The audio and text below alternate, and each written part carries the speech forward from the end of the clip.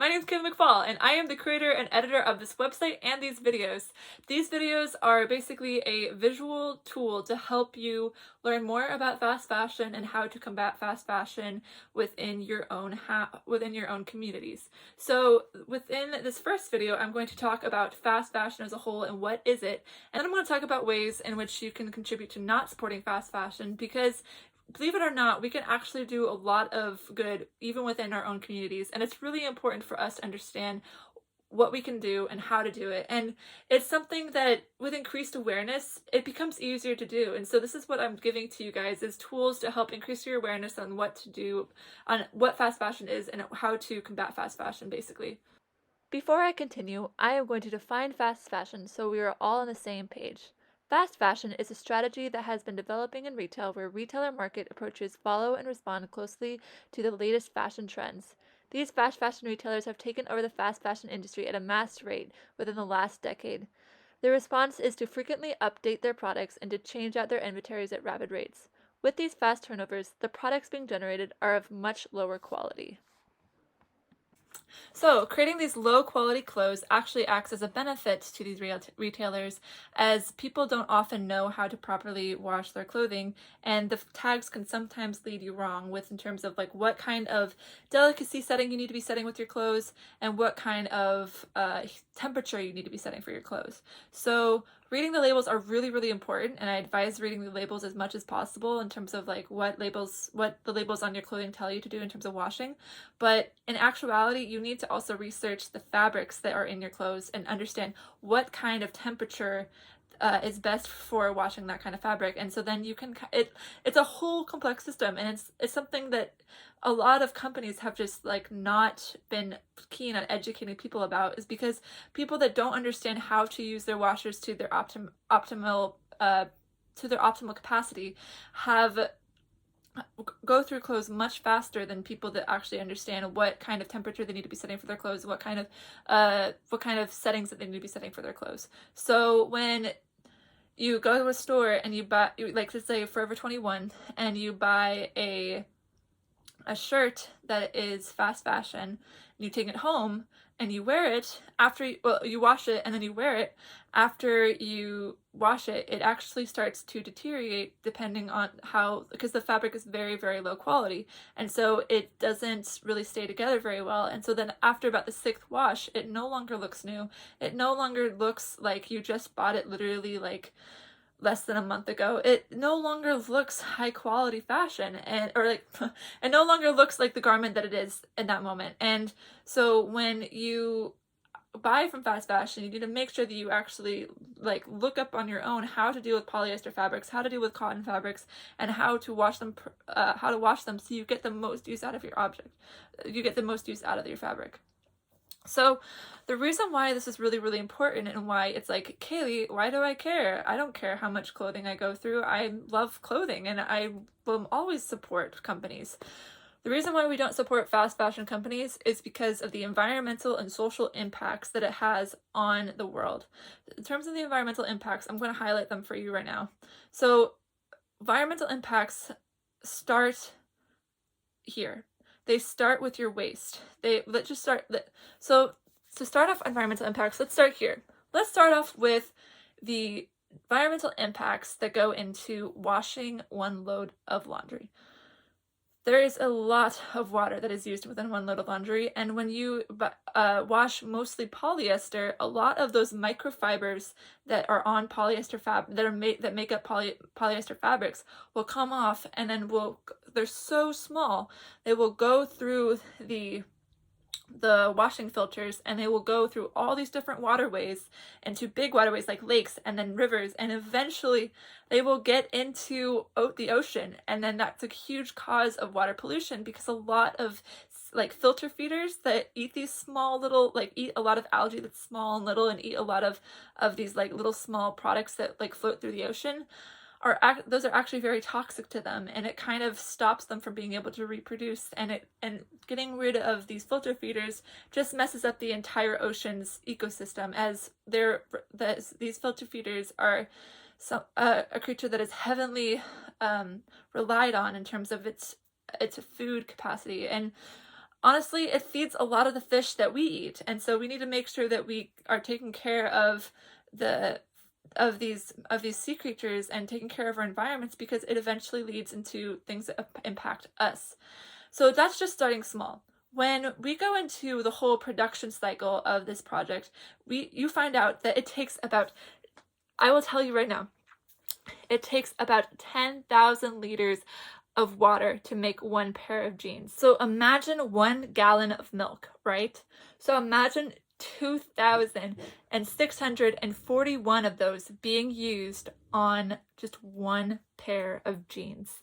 Now, where does all that water go? Is it recycled into making new pairs of jeans? Unfortunately, no. And a lot of it is considered wastewater, as it has been mixed with textile dyes and other substances that cannot be repeated over and over and over again, because it doesn't create the same exact product every single time. And so this water becomes wastewater. And then that wastewater actually flows out of the factories into the water systems and into agriculture, thus impacting agriculture and also polluting our oceans, and also just like messing up the environment surrounding these factories.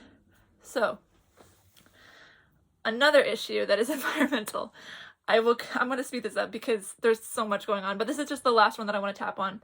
When you buy a lot of clothing from fast fashion companies, it creates a lot and a lot and a lot of waste, because when you throw out your clothes, it's mostly made of polyester, which is a fiber that's derived from oil, and it's a synthetic fiber, and it does not break down. So it takes about like 2,000 years for it to break down. So imagine how much polyester is being thrown into landfills every single day. Like, just imagine, like, it's so much, and it doesn't get broken down, and it just sits there and sits there. And so with the processes that happen in landfills, where like things are decomposing, and like there's certain like processes that happen to help facilitate decomposing and help facilitate getting rid of these the mass that's in these landfills. All of that process actually causes these pieces of clothing to release toxins into the air that oxidify with oxygen, and they become basically an emission. They basically release carbon dioxide emissions, and it pollutes our environment, and it pollutes us, and it pollutes our wildlife, and it's just not a good, healthy thing. And so it's a lot of pollution that's pushed into our environment all the time. And with cotton, cotton is actually considered a more sustainable thing to use. However, when cotton is thrown into landfills, when it decomposes, it releases a ton of methane into the environment. And the decomposition of cotton actually takes about 5 months to decompose. But from my research, I found out that just because it decomposes fast doesn't necessarily mean that it's sustainable, because it still releases that methane and it still pollutes our environment. So yeah, so that's all the environmental impacts. The social impacts, I would love it for you if you just go read everything, because I've written about a lot of this stuff in my blog posts.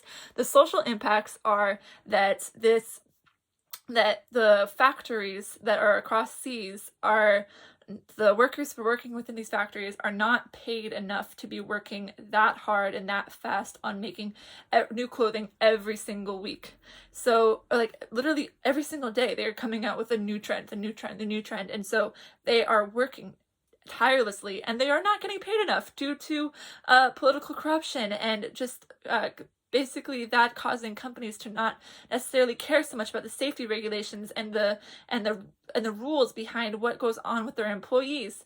And so it also impacts their working conditions, because a lot of these factory buildings do not have safe air ventilation. And I give you a background history of that if you go check out my post on the background of fast fashion.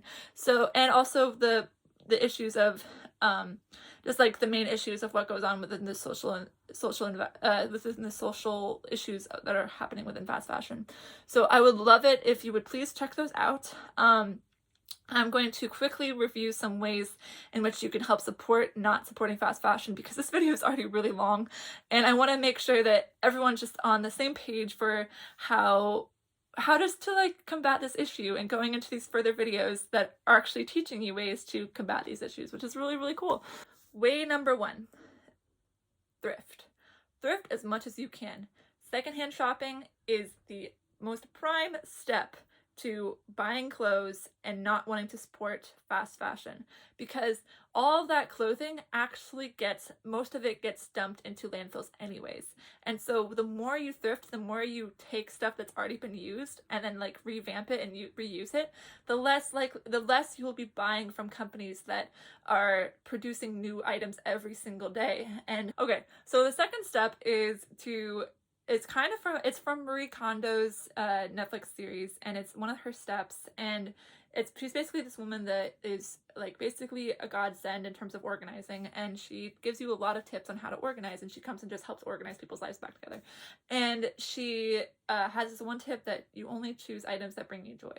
And so when she's organizing and she's trying to get rid of clothing, she has the people go through their closets, and then she has them go through every single piece of clothing and see which ones bring them joy and which one don't bring them joy. And if it brings you joy, then keep it. If it doesn't bring you joy, then don't keep it. And it's whatever it means to you, honestly. Does it bring you life? Does it bring happiness? Does it bring you a good memory? Does it bring you a certain thing that you want to hold on to forever? And so the way that I want us to think about this in terms of fast fashion is when you are buying something, think about it before you buy it. Think about what I could use this for.